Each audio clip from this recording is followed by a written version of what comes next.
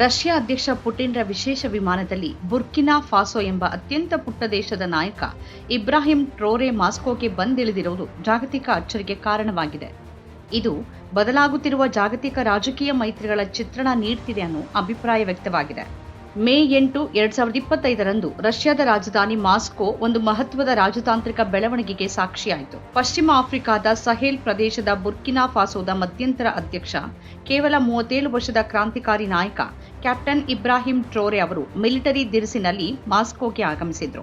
Russia ಎದುರು Nazi ಜರ್ಮನಿಯ ಸೋಲಿನ 80ನೇ ವಾರ್ಷಿಕೋತ್ಸವದ ಅಂಗವಾಗಿ ಮೇ 9ರಂದು ನಡೆದ ವಿಜಯ ದಿನಾಚರಣೆಯಲ್ಲಿ ಭಾಗವಹಿಸೋಕೆ ಅವರಿಗೆ ರಷ್ಯಾದ ಅಧ್ಯಕ್ಷ ವ್ಲಾಡಿಮಿರ್ ಪುಟಿನ್ ಅವರಿಂದ ವಿಶೇಷ ಆಹ್ವಾನ ಬಂದಿತ್ತು. ಈ ಭೇಟಿ ಕೇವಲ ಔಪಚಾರಿಕ ಕಾರ್ಯಕ್ರಮಕ್ಕೆ ಸೀಮಿತವಾಗಿರಲಿಲ್ಲ, ಬದಲಾಗಿ ಬುರ್ಕಿನಾ ಫಾಸೋ ಮತ್ತು ರಷ್ಯಾ ನಡುವೆ ಗಾಢವಾಗ್ತಿರುವ ಮೈತ್ರಿಯ ಸ್ಪಷ್ಟ ಸಂಕೇತವಾಗಿತ್ತು. ರಷ್ಯಾ ನಿರ್ಮಿಸುತ್ತಿರುವ ಹೊಸ ಮೈತ್ರಿಗಳ ಸಂಕೇತ ಆಗಿತ್ತು. ಪಾಶ್ಚಿಮಾತ್ಯ ಪ್ರಭಾವವನ್ನ ಕಡಿಮೆ ಮಾಡೋಕೆ ರಷ್ಯಾ ಹೊರಟಿರುವುದು ಮತ್ತೆ ಸಾಬೀತಾಗಿದೆ. ಕ್ಯಾಪ್ಟನ್ ಇಬ್ರಾಹಿಂ ಟ್ರೋರೆಯವರನ್ನ ಮಾಸ್ಕೋಗೆ ಕರೆತರೋಕೆ ರಷ್ಯಾ ತನ್ನ ಅಧ್ಯಕ್ಷೀಯ ಪಡೆಯ ಪ್ರತಿಷ್ಠಿತ ಇಲ್ಯೂಷಿನ್ ಸೆಕೆಂಡ್ 96-300 PU ವಿಶೇಷ ವಿಮಾನವನ್ನ ಕಳಿಸಿತ್ತು. ಜೊತೆಗೆ ರಷ್ಯಾದ ಸುಖೋಯ್ Su-27 ಯುದ್ಧ ವಿಮಾನಗಳು ಇಬ್ರಾಹಿಂ ಅವರ ವಿಮಾನಕ್ಕೆ ಬೆಂಗಾವಲು ನೀಡಿವೆ ಅಂತ ವರದಿಯಾಗಿದೆ. 2023ರ ರಷ್ಯಾ ಆಫ್ರಿಕಾ ಶೃಂಗಸಭೆಯ ನಂತರ ರಷ್ಯಾಗೆ ಇಬ್ರಾಹಿಂ ಟ್ರೋರೆ ಅವರ ಎರಡನೇ ಭೇಟಿ ಇದು. ಈ ಬಾರಿ ಈಜಿಪ್ಟ್, ಜಿಂಬಾಬ್ವೆ, ಕಾಂಗೋ ಸೇರಿದಂತೆ ಆಯ್ದ 7 ಆಫ್ರಿಕನ್ ನಾಯಕರೊಂದಿಗೆ ಅವರನ್ನು ಮಾಸ್ಕೋಗೆ ಆಹ್ವಾನಿಸಲಾಗಿತ್ತು. ಒಟ್ಟಾರೆ 27 ವಿಶ್ವ ನಾಯಕರು ಈ ಸಮಾರಂಭದಲ್ಲಿ ಭಾಗಿಯಾಗಿದ್ರು.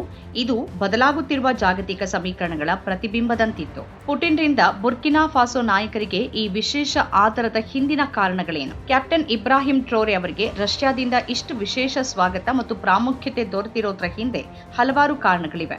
ಒಂದು, ಭೌಗೋಳಿಕ ರಾಜಕೀಯ ಪಲ್ಲಟ. ಕ್ಯಾಪ್ಟನ್ ಇಬ್ರಾಹಿಂ ಟ್ರೋರೆ ಅಧಿಕಾರಕ್ಕೆ ಬಂದ ನಂತರ ಬುರ್ಕಿನಾ ಫಾಸೋ ತನ್ನ ವಿದೇಶಾಂಗ ನೀತಿಯಲ್ಲಿ ಮಹತ್ವದ ಬದಲಾವಣೆಗಳನ್ನು ಮಾಡಿದೆ. ಫೆಬ್ರವರಿ 2023ರಲ್ಲಿ ಹಿಂದಿನ ವಸಾಹತುಶಾಹಿ ಶಕ್ತಿಯಾದ ಫ್ರಾನ್ಸ್ನ ಸೇನಾ ಪಡೆಗಳನ್ನು ದೇಶದಿಂದ ಹೊರಹಾಕಲಾಯಿತು. ಈ ನಿರ್ಧಾರ ಪಾಶ್ಚಿಮಾತ್ಯ ಪ್ರಭಾವದಿಂದ ದೂರ ಸರಿಯುವ ಮತ್ತು ಹೊಸ ಮೈತ್ರಿ ದೇಶಗಳನ್ನು ಹುಡುಕುವ ಸ್ಪಷ್ಟ ಸಂದೇಶವನ್ನು ರವಾನಿಸಿತು. ಎರಡನೇ ಕಾರಣ, ಖನಿಜ ಸಂಪನ್ಮೂಲಗಳ ಮೇಲೆ ನಿಯಂತ್ರಣ.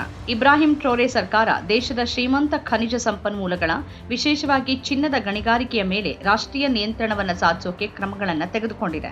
ಪಾಶ್ಚಿಮಾತ್ಯ ಸಂಸ್ಥೆಗಳಿಂದ ಈ ವಲಯವನ್ನು ಹಿಂಪಡೆಯುವ ಪ್ರಯತ್ನಗಳು ರಷ್ಯಾದಂತಹ ದೇಶಗಳಿಗೆ ಆಕರ್ಷಕವಾಗಿವೆ. ಮೂರನೇ ಕಾರಣ, ಸಹೆಲ್ನಲ್ಲಿ ರಷ್ಯಾದ ಪ್ರಭಾವ. ಆಫ್ರಿಕಾದ ಸಹೆಲ್ ಪ್ರದೇಶದಲ್ಲಿ ತನ್ನ ಪ್ರಭಾವವನ್ನು ವಿಸ್ತರಿಸಲು ರಷ್ಯಾ ಪ್ರಯತ್ನಿಸ್ತಾ ಇದೆ.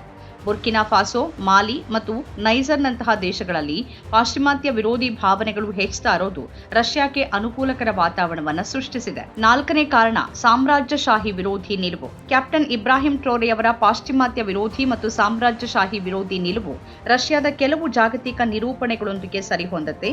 ಇದು ಉಭಯ ದೇಶಗಳ ನಡುವಿನ ರಾಜಕೀಯ ಸಮಾನ ಮನಸ್ಕ ನೀತಿಗೆ ಕಾರಣವಾಗಿದೆ. ಐದನೇ ಕಾರಣ, ಭದ್ರತಾ ಸಹಕಾರ. ಬುರ್ಕಿನಾ ಫಾಸೋ ತೀವ್ರವಾದ ಜಿಹಾದಿ ಬಂಡಾಯವನ್ನು ಎದುರಿಸುತ್ತಿದೆ. ಈ ನಿಟ್ಟಿನಲ್ಲಿ ರಷ್ಯಾದಿಂದ ಭದ್ರತಾ ನೆರವು, ಸೇನಾ ತರಬೇತುದಾರರ ನಿಯೋಜನೆ ಮತ್ತು ವರದಿಗಳ ಪ್ರಕಾರ ವ್ಯಾಗ್ನರ್ನಂತಹ ಖಾಸಗಿ ಸೇನಾ ಗುಂಪುಗಳ ಉಪಸ್ಥಿತಿ ಇಬ್ರಾಹಿಂ ಟ್ರೋರೆ ಸರ್ಕಾರಕ್ಕೆ ಮಹತ್ವದ್ದಾಗಿದೆ. ಜನವರಿ 2024ರಿಂದ ವ್ಯಾಗ್ನರ್ ಸೇರಿದಂತೆ ರಷ್ಯಾದ ಪಡೆಗಳು ಬುರ್ಕಿನಾ ಫಾಸೋದಲ್ಲಿ ನಿಯೋಜನೆಗೊಂಡಿವೆ ಅಂತ ವರದಿಯಾಗಿದೆ. ಕ್ಯಾಪ್ಟನ್ ಇಬ್ರಾಹಿಂ ಟ್ರೋರೆ ಅವರನ್ನ ಒಬ್ಬ ವಿಶಿಷ್ಟ ಮತ್ತು ದಿಟ್ಟ ನಾಯಕ ಅಂತ ವಿಶ್ಲೇಷಿಸಲಾಗ್ತಿದೆ. ಅವರ ಕಾರ್ಯವೈಖರಿ ಬಗ್ಗೆ ಅಷ್ಟೇ ಟೀಕೆಗಳು ಇವೆ.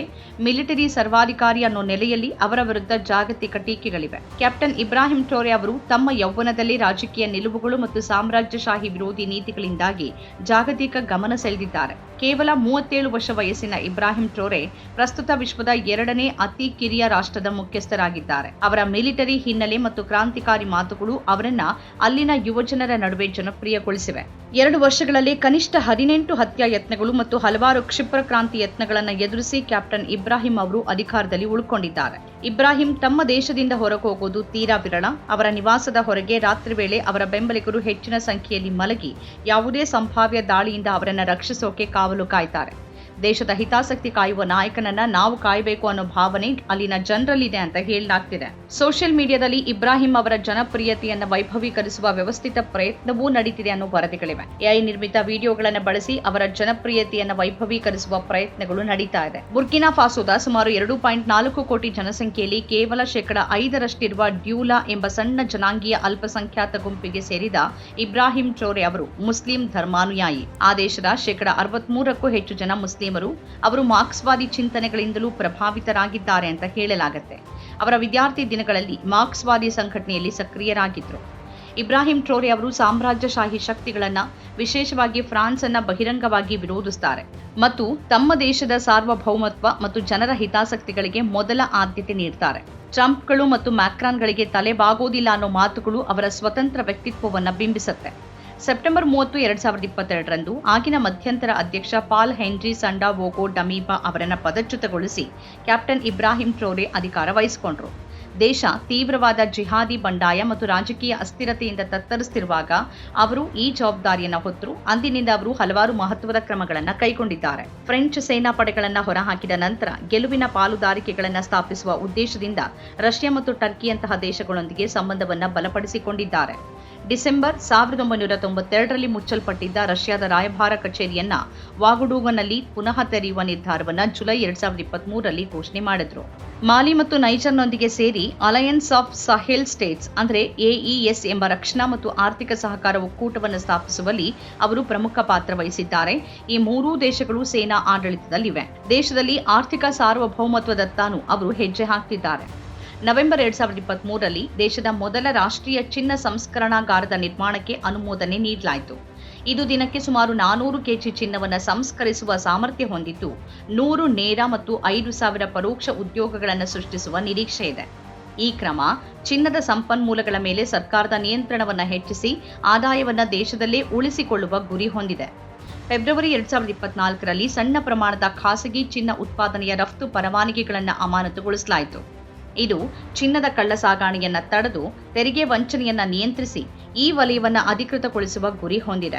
ಏಪ್ರಿಲ್ 2023ರಲ್ಲಿ ಹೆಚ್ಚುತ್ತಿರುವ ಬಂಡುಕೋರರ ದಾಳಿಯನ್ನು ಎದುರಿಸಲು ಸೇನೆಗೆ ಬೆಂಬಲ ನೀಡೋಕೆ ನಾಗರಿಕರ ಸಾರ್ವತ್ರಿಕ ಸಜ್ಜುಗೊಳಿಸುವಿಕೆಗೆ ಕರೆ ನೀಡಿದ್ರು. ಬಂಡುಕೋರರನ್ನ ಹಿಮ್ಮೆಟ್ಟಿಸೋವರೆಗೆ ಯಾವುದೇ ಮಾತುಕತೆಗಳಿಲ್ಲ ಅಂತ ಅವರು ಪ್ರತಿಜ್ಞೆ ಮಾಡಿದ್ದಾರೆ. ಭದ್ರತಾ ಪರಿಸ್ಥಿತಿ ಸುಧಾರಿಸೋವರೆಗೆ 2024ರಲ್ಲಿ ನಡೀಬೇಕಿದ್ದ ಚುನಾವಣೆ ನಡೆಸೋಕೆ ಸಾಧ್ಯವಿಲ್ಲ ಅಂತ ಮೇ 2023ರಲ್ಲಿ ಅವರು ಹೇಳಿದ್ರು. ಇದು ಈ ಹಿಂದೆ ನೀಡಿದ್ದ ಭರವಸೆಗೆ ವಿರುದ್ಧವಾಗಿತ್ತು. ತರುವಾಯ ಮೇ 2024ರಲ್ಲಿ ನಡೆದ ರಾಷ್ಟ್ರೀಯ ಸಮಾಲೋಚನೆಗಳ ನಂತರ ಅವರ ಮಧ್ಯಂತರ ಅಧ್ಯಕ್ಷೀಯ ಅಧಿಕಾರಾವಧಿಯನ್ನ ಇನ್ನೂ 5 ವರ್ಷಗಳವರೆಗೆ ವಿಸ್ತರಿಸಲಾಯಿತು ಮತ್ತು ಮುಂದಿನ ಅಧ್ಯಕ್ಷೀಯ ಚುನಾವಣೆಯಲ್ಲಿ ಸ್ಪರ್ಧಿಸೋಕು ಕೂಡ ಅವರಿಗೆ ಅನುಮತಿ ನೀಡಲಾಯಿತು.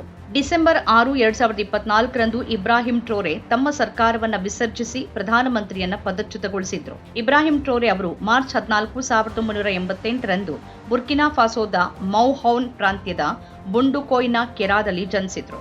ಬೊಂಡುಕೋಯ್ನಲ್ಲಿ ಪ್ರಾಥಮಿಕ ಶಿಕ್ಷಣ ಪೂರೈಸಿದ ನಂತರ ಅವರು ದೇಶದ 2ನೇ ಅತಿದೊಡ್ಡ ನಗರವಾದ ಬೋಬೋ ಡಿಯೋಲಾಸೋದಲ್ಲಿ ಪ್ರೌಢಶಾಲೆಗೆ ಸೇರಿದ್ರು. 2006ರಿಂದ ಅವರು ರಾಜಧಾನಿ ವಾಗುಡೂಗು ವಿಶ್ವವಿದ್ಯಾನಿಲಯದಲ್ಲಿ ಭೂವಿಜ್ಞಾನವನ್ನು ಅಧ್ಯಯನ ಮಾಡಿದ್ರು. ಈ ಅವಧಿಯಲ್ಲಿ ಅವರು ಅಸೋಸಿಯೇಷನ್ ಆಫ್ ಮುಸ್ಲಿಂ ಸ್ಟೂಡೆಂಟ್ಸ್ ಮತ್ತು ಮಾರ್ಕ್ಸ್ವಾದಿ ರಾಷ್ಟ್ರೀಯ ವಿದ್ಯಾರ್ಥಿ ಸಂಘ ಅಂದರೆ ANEBದಲ್ಲಿ ಸಕ್ರಿಯರಾಗಿದ್ರು. 2009ರಲ್ಲಿ ಬುರ್ಕಿನಾ ಫಾಸೋ ಸೈನ್ಯಕ್ಕೆ ಸೇರಿದ ಇಬ್ರಾಹಿಂ ಟ್ರೋರೆ ಜಾರ್ಜಸ್ ನಮೋವಾನೋ ಮಿಲಿಟರಿ ಅಕಾಡೆಮಿಯಿಂದ ಪದವಿ ಪಡೆದರು. ಮೊರಾಕೋದಲ್ಲಿ ವಿಮಾನ ತರಬೇತಿ ನಂತರ ಅವರನ್ನು ಉತ್ತರ ಬುರ್ಕಿನಾ ಫಾಸೋದ ಕಾಯಾ ಪಟ್ಟಣದಲ್ಲಿನ ಪದಾತಿ ದಳಕ್ಕೆ ವರ್ಗಾಯಿಸಲಾಯಿತು. 2014ರಲ್ಲಿ ಲೆಫ್ಟಿನೆಂಟ್ ಆಗಿ ಬಡ್ತಿ ಪಡೆದ ಅವರು ಮಾಲಿ ಯುದ್ಧದಲ್ಲಿ ತೊಡಗಿಸಿಕೊಂಡಿದ್ದ ವಿಶ್ವಸಂಸ್ಥೆಯ ಶಾಂತಿ ಪಾಲನಾ ಪಡೆ MINUSMAಗೆ ಸೇರಿದ್ರು. ನಂತರ ಅವರು ಬುರ್ಕಿನಾ ಫಾಸೋಗೆ ಮರಳಿದ್ರು. ಅಲ್ಲಿ ಹೆಚ್ಚುತ್ತಿದ್ದ ಜಿಹಾದಿ ಬಂಡಾಯದ ವಿರುದ್ಧದ ಕಾರ್ಯಾಚರಣೆಯಲ್ಲಿ ಭಾಗಿಯಾದರು. 2020ರಲ್ಲಿ ಅವರನ್ನ ಕ್ಯಾಪ್ಟನ್ ಹುದ್ದೆಗೆ ಬಡ್ತಿ ನೀಡಲಾಯಿತು. ಈ ಸಮಯದಲ್ಲಿ ಬುರ್ಕಿನಾಬೆ ಸೈನಿಕರಿಗೆ ಸಲಕರಣೆಗಳ ವ್ಯಾಪಕ ಕೊರತೆಯನ್ನ ಮತ್ತು ರಾಜಕಾರಣಿಗಳು ಲಂಚಕ್ಕಾಗಿ ಸೂಟ್ಕೇಸ್ ಗಟ್ಟಲೆ ಹಣ ಹಂಚ್ತಾ ಇರೋದನ್ನ ಕಂಡು ತಮ್ಮ ದೇಶದ ನಾಯಕತ್ವದ ಬಗ್ಗೆ ಭ್ರಮನಿರಸನಗೊಂಡಿದ್ದಾಗಿ ಅವರು ನಂತರ ಹೇಳಿಕೊಂಡ್ರು. ಅವರು ಕ್ರಮೇಣ ಉತ್ತರದ ಸೈನಿಕರ ವಕ್ತಾರರಾದ್ರು. ಅವರು ತಮ್ಮ ಸರ್ಕಾರದ ಬಗ್ಗೆ ಹತಾಶೆಗೊಂಡಿದ್ರು. ಜನವರಿ 2022ರ ಬುರ್ಕಿನಾ ಫಾಸೋ ಕ್ಷಿಪ್ರ ಕ್ರಾಂತಿಯನ್ನ ಬೆಂಬಲಿಸಿದ ಚಳುವಳಿ ಅಂದರೆ patriotic movement for safeguard and restoration ಅಂದರೆ MPSR ಎಂಬ ಸೇನಾ ಜುಂಟವನ್ನ ಅಧಿಕಾರಕ್ಕೆ ತಂದ ಸೇನಾಧಿಕಾರಿಗಳ ಗುಂಪಿನ ಭಾಗವಾಗಿದ್ರು ಕ್ಯಾಪ್ಟನ್ ಇಬ್ರಾಹಿಂ ಟ್ರೋರೆ.